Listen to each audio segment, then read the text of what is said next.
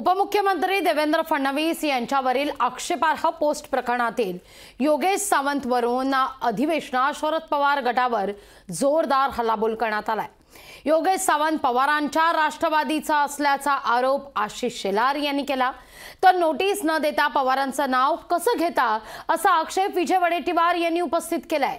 पाहूया आपण।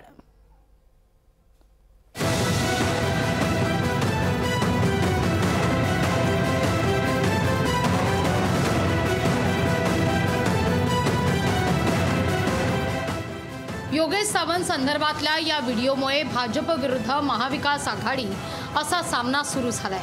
उपमुख्यमंत्री देवेंद्र फडणवीस यांच्याबाबतचं आक्षेपार्ह वक्तव्य व्हायरल झालं होतं। सोशल मीडियावर व्हायरल झालेल्या वक्तव्यामुळे पुण्यातल्या सिंहगड रोड पोलीस ठाण्यात योगेशवर पहिला गुन्हा दाखल झाला, तर मुंबईतल्या सांताक्रूज पोलिसांनी योगेशला अटक केली आहे। योगेशला सोडावं याकरता रोहित पवारांनी पोलिसांवर दबाव आणल्याचा आरोप आशिष शेलार यांनी केलाय। ज्या सदस्याचं नाव त्यांनी शरदचंद्र पवार गटाचा म्हटलंय, शरद पवारांचं नाव नाही घेतलं, त्यांच्या पक्षाचं नाव घेतलंय आणि त्यामुळे माननीय विरोधी पक्षनेत्यांना कदाचित चेक करा तुम्ही, ते बोलले राष्ट्रवादी काँग्रेस शरदचंद्र गट हे बोलले। अध्यक्ष महोदय, रोहित पवारांनी स्वतः सिनियर इन्स्पेक्टरला फोन केला। अध्यक्ष महोदय, काय संबंध अध्यक्ष महोदय? आशिष शेलार यांच्या आरोपांवर विरोधी पक्षनेते विजय वडेट्टीवार यांनी आक्षेप घेतलाय। कोणाचंही नाव जर घ्यायचं असेल तर त्याला नोटीस देण्याची आवश्यकता आहे की नाही? ते तुम्ही असं कसं नाव घेताय? तुम्ही घरायचं असेल आरोप तर नोटीस द्या, रितसर बोला ना, पण पॉइंट ऑफ इन्फॉर्मेशनच्या माध्यमातून एखाद्या नेत्याचं नाव असं घ्यायचं कसं घेता येईल याचा खुलासा त्या ठिकाणी आपण केला गेला पाहिजे। अध्यक्ष महोदय, रोहित पवार यांनी शेलारांच्या या आरोपांना सडेतोड उत्तर दिलंय।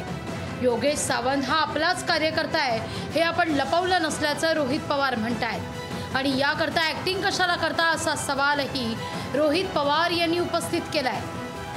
त्याच्यावर काल कारवाई झाली, पोलिसांनी त्याला पोलीस स्टेशनला काल आणलं होतं, जबाब घेतला, एक दिवस तिथं पोलीस ठाण्यामध्ये ठेवलं सुद्धा आणि आता त्याला कोर्टात घेऊन जात आहेत। आता मी तिथं स्वतः त्याला भेटण्यासाठी चाललेलो आहे, त्यामुळे उगाच तिथं ऍक्टिंग करू नका। ओपनली मी सांगतोय, कार्यकर्ता आहे ना। राज्याच्या उपमुख्यमंत्र्यांवर टोकाची आणि खालच्या भाषेत टीका करणं याचं समर्थन होऊच शकत नाही। नेत्यांमध्ये आरोपांची चिखलफेक सुरू आहे, याचं अनुकरण आता स्थानिक पातळीवरचे कार्यकर्ते करू लागले आहेत। कोणताही मुलाहिजा न बाळगता विरोधी विचाराच्या सन्माननीय नेत्यांवर चिखलफेक करू लागले आहेत।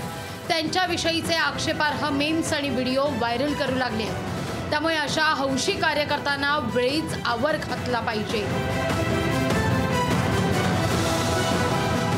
चेतन ननावरे, लोकशाही मराठी, मुंबई।